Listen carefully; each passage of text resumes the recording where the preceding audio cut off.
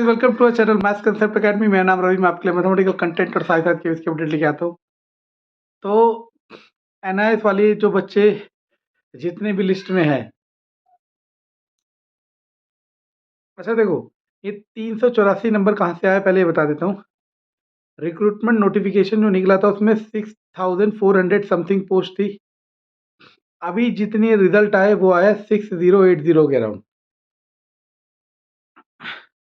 इसके डिफरेंस को ही सब एनआईएस वाली लिस्ट बता रहे हैं।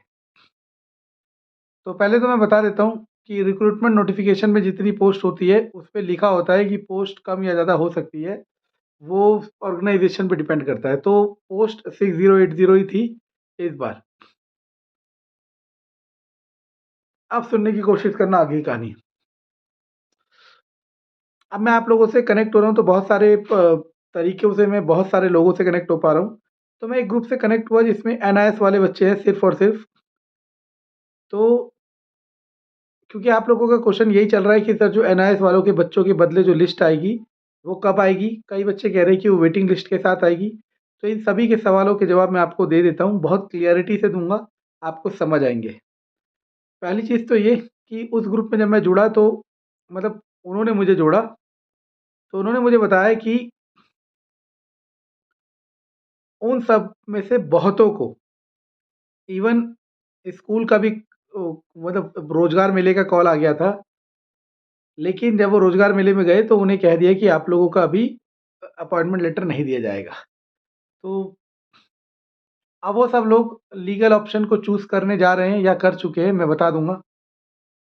तो वो ये कह रहे हैं, उनका पक्ष ये है कि उन्होंने वकील से बात कर लिया। पक्ष ये है कि फैसला जो आया 2023 में आया है।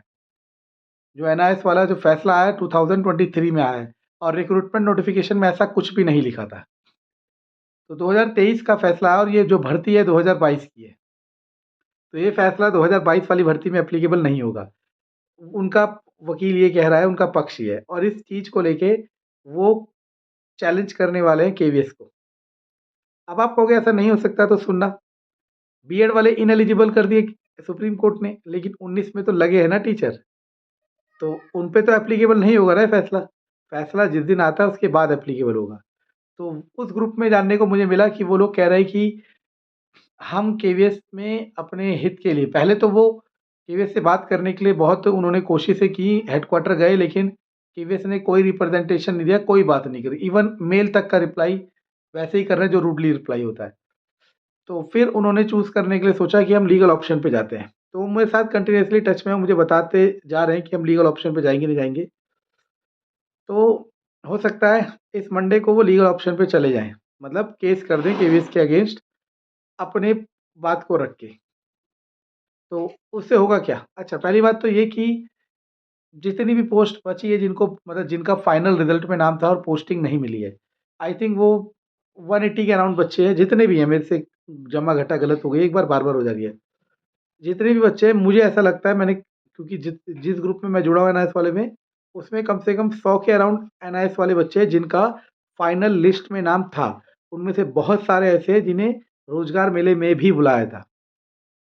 तो मेरे को ऐसा लगता है कि वो सारे के सारे बच्चे वही लोग हैं जिनको स्कूल अलॉटमेंट नहीं हुआ। मैं क्या कह रहा हूँ सुनने की कोशिश करना। जब पीआरटी का फाइनल रिजल्ट आया था और अभी जो जॉइनिंग मिली है, उसमें जो डिफरेंस है, वो सारे वही बच्चे हैं जो एनआईएस वाले हैं। उसमें कोई डॉक्यूमेंट वाला बच्चा नहीं है, कोई अंडरटेकिंग वाला बच्चा नहीं है, चाहे आप कुछ भी समझें, ठीक है?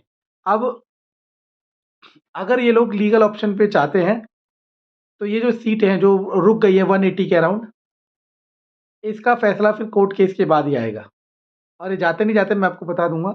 पहली बात तो ये। दूसरी बात ये है कि अगर लीगल ऑप्शन पे नहीं जाते हैं, लीगल ऑप्शन पे नहीं जाते, वैसे तो चले गए हैं मुझे पता है, ठीक है ना? मैं आपको प्रूफ़ के साथ अभी बहुत जल्द बताऊँगा। लीगल ऑप्शन पे नहीं जाते हैं, ऐसा आपको लगता है, वैसे जा चुके हैं मुझे पता है। लीगल ऑप्शन में नहीं जाते हैं तो जो इनके बदले जो लिस्ट आएगी, वो आपकी नेक्स्ट वीक, मतलब अब ये मंडे टू संडे पूरी चांसेज़ है आने की। लेकिन मुझे पता है कि वो लीगल ऑप्शन पे गए हैं और लीगल ऑप्शन पे जाने का मतलब है कि केवीएस के संदर्भ में ये बात आनी चाहिए और केवीएस के रिजल्ट डिस्प्ले करने से पहले अगर केवीएस रिवाइज लिस्ट मतलब जो 180 के बच्चे एनआईएस वाले बाहर होंगे, उनके बदले केवीएस लिस्ट दे देता है, उसके बाद ही जाते हैं, तो फिर तो ये मामला बहुत लंबा खींचेगा। मतलब नए बच्चों को जॉइनिंग मिल जाएगी और फिर होगा क्या, अगर ये एनआईएस वाले केस जीतते हैं तो जो वेटिंग लिस्ट आएगी उसमें इनको भर दिया जाएगा। समझ आ रहा है मैं क्या कह रहा हूँ?